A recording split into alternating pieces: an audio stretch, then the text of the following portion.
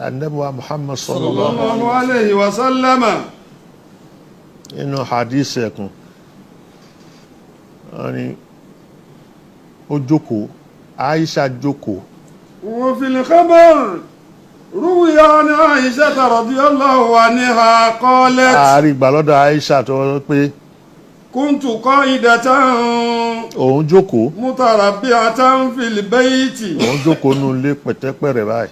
Izi dakhala rasulullahi alayhi salatu wa salam. Lànàbí bá wọlé, gbàtà nàbí wọlé, Sallama alayya.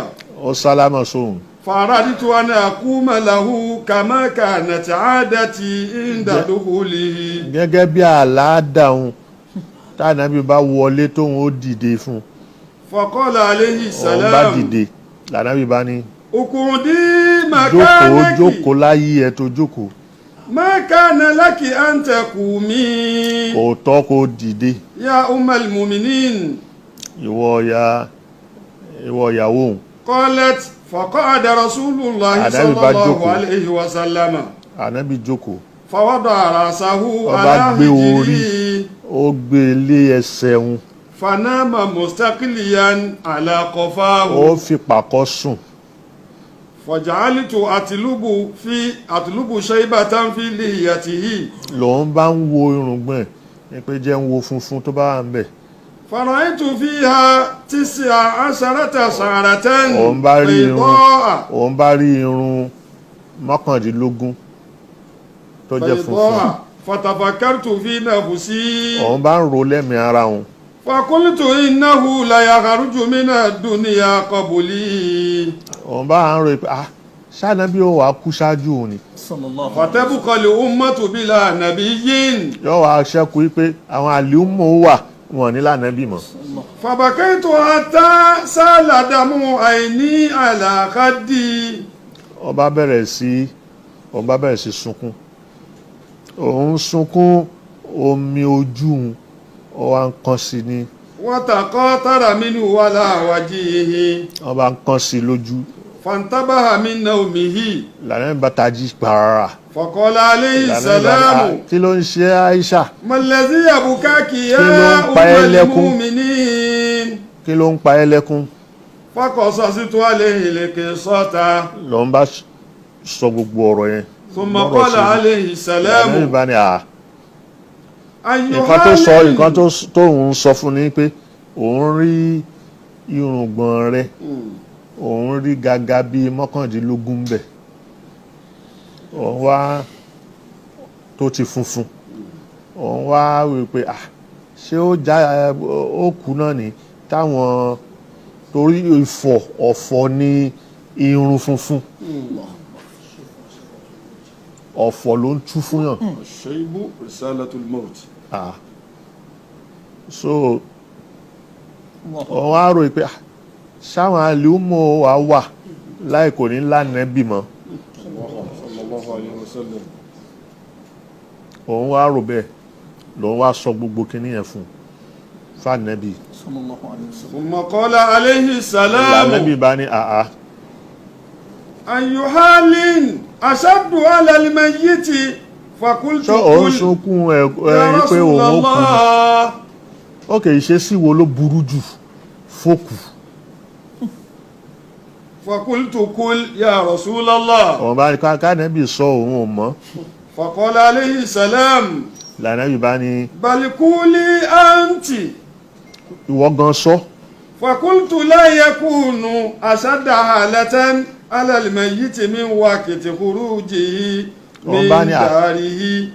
Ìgbà tí tó le jù lásìkò tó kú bá ń jáde kúrò nù ilé, tí wọ́n ń gbé tí wọ́n ń rú gẹ́gẹ́ lọ, táwọn ọmọ ó máa banújẹ́, khalfahu. táwọn ọmọ ó máa sunkún tẹ̀lé. Yaquluna Wọ́n máa sọ pé bàbá àwọn o, ummahu. ìyá àwọn o. Wa yaqulu liwalidu ya abunahu. Bàbá náà máa sọ pé ẹ̀yin ọmọ òun. Faqala alayhi salamu. Lànàbí bá ní Aza shadidun. ìyẹn le lóòótọ́. Fama ashaddu Kí ló tún wá le jù bẹ́ẹ̀ lọ? Qultu. Lòun bá ní لا تكون حالة أشد على الميت من حين يوضع في لحدي. èyí tí ó tún le jù ní àsìkò ìgbà tí wọ́n bá ń gbé sínú sàárè ويغشى التراب عليه. tí wọ́n ń da yẹ̀pẹ̀ bò lórí. ويرجع عنه أقرباؤه وأولاده. táwọn ọmọ àtàwọn fámìlì gbogbo wọn tí wọ́n yẹ àtàwọn ọ̀rẹ́ tí wọ́n yẹ̀yìn padà tí wọ́n ń lọ. ويسلمونه إلى الله تعالى. wọ́n jù síwájú Ọlọ́run مع فعله. pẹ̀lú iṣẹ́ ọwọ́ tó bá ṣe. فيأتيه منكر ونكير في قبره. Munkar àti Nakiru ó wá dé sí kábàárì ẹ̀. فقال يا أم المؤمنين. ni ànábì wa ni. ما أشد منه على الميت. kí ló tún burú tó le jù yẹn lọ. قالت.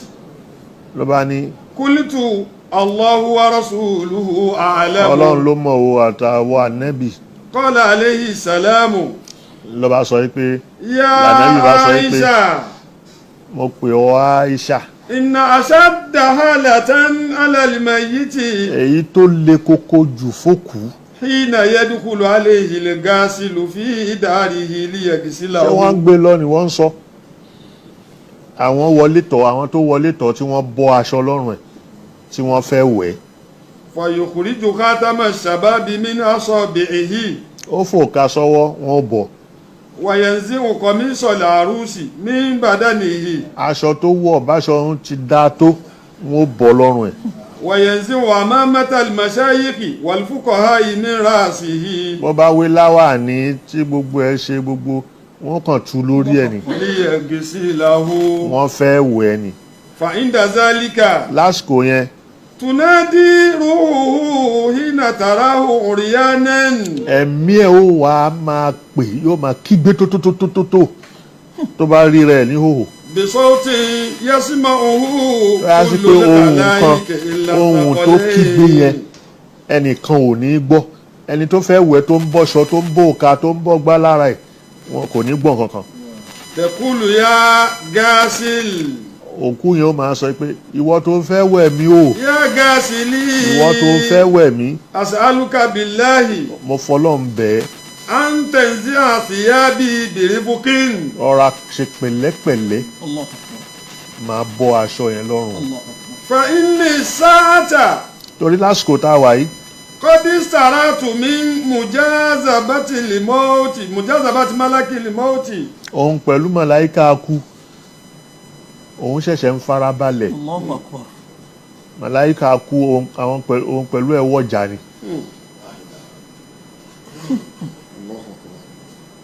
وإذا صب عليه الماء. àwọn yẹn ò sì gbọ́n kankan.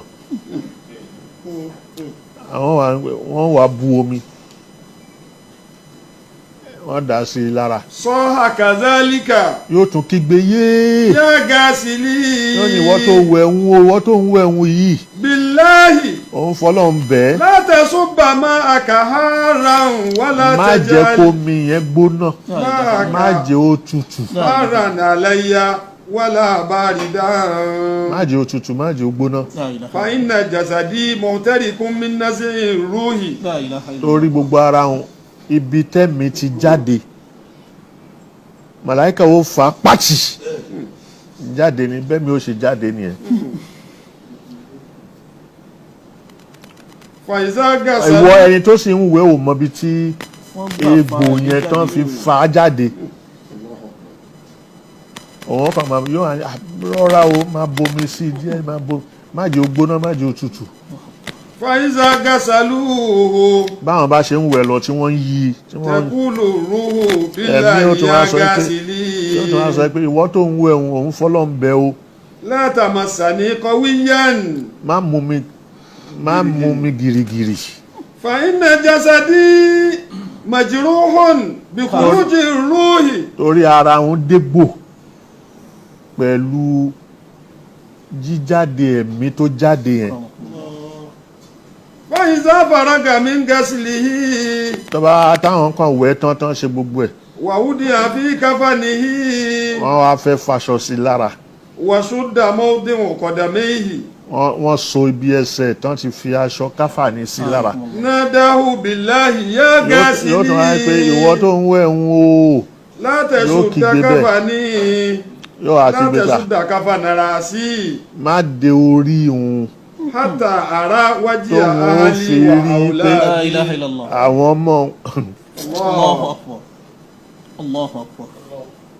Allahu akbar. látẹ̀sùn dákáfànára sí. má ti de ojú. hátà ara wájí àhálí. má ti faṣọ bò òun lójú títí tó wọn fi rí àwọn ará ilé òun. wà àwùládì. àtàwọn ọmọ òun. wà àkìrì báyìí. àtàwọn fámìlì òun. fa inna haza akhiru ru'yati lahum. La ilaha illallah. ìgbẹ̀yìn Akramakumullah. tó wọn fi rí wọn ní. fa anna al-yawma torí lẹ́ni ufariquhum òun fi wọ́n lẹ̀. wala arahum ila yawmil qiyamati. òun pẹ̀lú wọn ní jókòó papọ̀. Allahu akbar. títí tí ó fi dọjọ́ gbèdé alkiyama. Allahu akbar. fa iza ukhrija al-mayyitu min ad-dari. wọ́n bá faṣọ sí lára tán ṣe gbogbo ẹ̀ tí wọ́n á fẹ́ gbé jáde ńlé. nada billahi ya jama'ati. ẹ̀yin jọmọ́ tẹ fẹ́ gbé òun yìí. la tajalu bi. ẹ má kánjú gbé òun lọ. kata wadi adari. títí tó wọn fi dágbére fún léhùn. wa ahli. àtàwọn ará léhùn. wa akribai. àtàwọn fámìlì òun. wa mali. àtàwọn owó òun. summa yunadi billahi ya jama'ati. wọ́n tún wá máa kígbe àwọn tí lọ ní la ilaha illallah la ilaha. Allahu akbar. Allahu akbar. summa yunadi billahi ya jama'ati. ẹ̀ta èrò tí ó máa kéré ẹlòmíì fídíò lòun fẹ́ máa ṣe fọ́tò ni ó máa yà ẹ̀ta èrò tó kù tán dẹ̀ ń gbé lọ sàárè tí ń ké òun ni bàbá ń kà jáde fún wa yìí lẹ́nu Ànábì wa Muhammad sallallahu alayhi wa sallam. summa yunadi billahi ya jama'ati. máa pẹ ẹ̀yin jọmọ́ pẹ̀lẹ́pẹ̀lẹ́. taraktu murati armilatan. òun fìyàwó òun kalẹ̀ lópó. fa alaykum alla tu'zuha. ẹ má fìyà jẹ o. La ilaha illallah. wa awladi yutama'a. òun fi àwọn ọmọ òun kalẹ̀ lọ́mọ òrukàn. fa alaykum alla tu'zuhum. pẹ̀lẹ́pẹ̀lẹ́ ẹ má fi ara ni wọn. fa innal yawma torí lẹ́ni ukhraju min dari. wọ́n fẹ́ òun jáde nínú ilé òun. wala arji'u ilayhim òun ò ní abada. padà síbẹ̀ mọ́. La ilaha illallah. wa iza wudi'a ala al-janazati. tí wọ́n bá gbé sí níbi tí wọ́n ti fẹ́ ṣe janaza fún. yaqulu billahi ya jama'ati. yóò tún kígbe bẹ́ẹ̀. la tajalu bi. ẹ má kàn òun lójú. hatta asma'a sawta ahli wa awladi. tó wọn fi máa gbóhùn àwọn ará ilé òun La ilaha illallah. àtàwọn ọmọ òun wa akribai. àtàwọn fámìlì òun. fa innal yawma torí lẹ́ni ufariquhum ila yawmil qiyamati. òun fi wọ́n lẹ̀ nìyẹn títí dọjọ́ gbèdé alkiyama. fa iza humila ala al-janazati. tí wọ́n bá gbé sí wọ́n fẹ́ ṣe janaza fún. waqatu bihi salasa khatawatin. wọ́n gbé ẹsẹ̀ mẹ́ta báyìí. yunadi bi Yóò tún sawtin kígbe. yasma'uhu kullu shay'in. gbogbo nǹkan ni ó gbọ́ thaqalayn. ilẹ̀ sàkọlẹ̀ ní àfihàn àtàlìjọ̀nù ni ò ní gbọ́. wa yaqulu ruhu. ẹ̀mí ò máa sọ wípé ya ahibai. ẹ̀yin tẹ́ fẹ́ràn òun wa ya ikhwani. ẹ̀yin brothers òun wa ya awladi. ẹ̀yin ọmọ òun la taghurrannakumu dunya. ẹ má jẹ́ káyé kó tàn jẹ báyìí o kama garratini. bó ṣe kó tàn jẹ bímú. Allahu. wala yal'abanna bikumu zamanu. ẹ má jẹ́ kí gbà fi yín ṣeré kama la'iba bi. gẹ́gẹ́ bó ṣe fòun ṣeré. wa'tabiru bi. ẹ wòye sóhun tẹ́ kọ́ ṣe látara òun. fa inni khalaqtu ma jama'tu li warasati. gbogbo nǹkan tó ń kó jọ òun ti dálẹ̀ o fún àwọn tí ó jogun. wa lam yahmilu min khati'ati shay'an.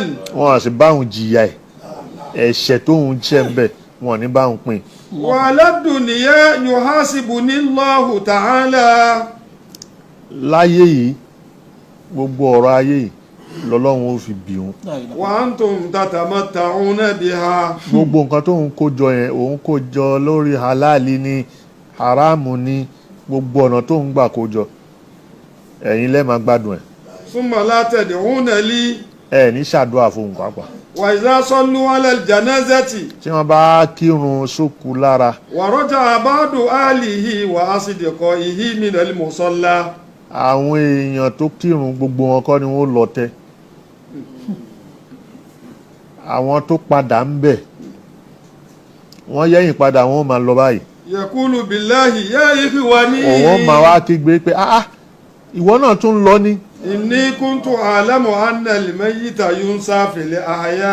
òun ti mọ̀ pé òkú tó kú bá ti kú àwọn èèyàn gbàgbé ẹ̀ ni. walakin. àmọ́. la tansawni bi hadhihi sura. kì í ṣe kíákíá báyìí ni kẹ́ fi gbàgbé òun. tadfinuni. ṣáájú kó tó di pé wọ́n gbé òun sínú kòtò. hatta tanzuru ila makani. ẹ tiẹ̀ wo ààyè tóun fẹ́ sùn náà. ya ikhwani. ẹ̀yin èèyàn mi. inni kuntu a'lamu anna wajha al-mayyiti abradu min az-zamhariri fi qulubil ahya'i. òun mọ̀ pé òkú tó kú bá kú ojú ẹ̀ tutù ju. mina zamuhariri ó fi tutù qulubil ju ahya'i. nínú ọkàn àwọn èèyàn tó wà láyé ó sì tutù bẹ́ẹ̀. walakin. ṣùgbọ́n. la tarji'u bi hadhihi surati. ẹ má sáré kánjú padà báyìí. fa iza wada'uhu. tán bá wá gbé sínú sàárè. fa yaqulu billahi ya jama'ati. yóò máa ń pè ya jama'ati. wa ya ikhwani. ẹ̀yin ọmọ ìyá mi. ad'ukum. mò ń bẹ̀ yín ni. wala tad'unani. mò ń ṣàdúà fún yín ẹ̀yin ò ní ṣàdúà. fa iza wada'uhu fi ladihi tán bá gbé sínú láàdì yóò tún wá pariwo bẹ́ẹ̀ yóò tún kígbe. ya warisi. ìwọ tó fẹ́ jogún. ma jama'tu malan kathira mina dunya. illa tarakituhu lakum. gbogbo nǹkan tó ń kó jọ láyé bó ti hùn kó pọ̀ tó gbogbo ẹ̀ ló ń dalẹ̀ fún yín o. fatazakkaruni bi kasrati khayrikum. ẹ rántí ẹ máa rántí ìhun pẹ̀lú àdúà. wa qad allamtukumul qur'ana. mo ti kọ́ yín lálùkùránì o. wal adaba. mo kọ́ yín lẹ́kọ̀ọ́. fala tansawni min du'aikum. ẹ má gbàgbé mi bí àdúà. ẹ má gbàgbé mi bí àdúà.